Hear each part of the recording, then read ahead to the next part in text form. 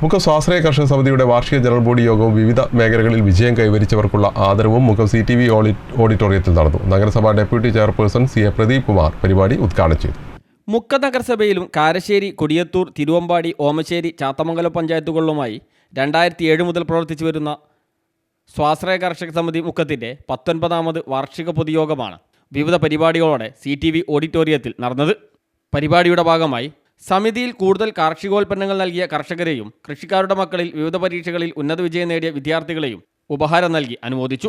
രാവിലെ 10 മുതൽ കർഷകർക്കായി വിവിധ വിഷയങ്ങളിൽ പരിശീലന ക്ലാസുകളും സംഘടിപ്പിച്ചു. പരിപാടികൾ മുക്കം നഗരസഭ deputy chairperson CA Pradeep Kumar ഉദ്ഘാടനം ചെയ്തു. T ഹരിദാസൻ അധ്യക്ഷനായി. VFPCK ഡയറക്ടർ K ഷാജികുമാർ, ജില്ലാ manager Beena Mathew, assistant manager Jayaraj Joseph, Mukkam കൃഷി ഓഫീസർ ഷബീർ അഹമ്മദ്, കാരശ്ശേരി കൃഷി officer M Vidhu, K Shanavas, P Vijeesh തുടങ്ങിയവർ സംസാരിച്ചു. വിവിധ കലാപരിപാടികളും ക്വിസ് മത്സരവും അരങ്ങേറി. News bureau, Mukkam.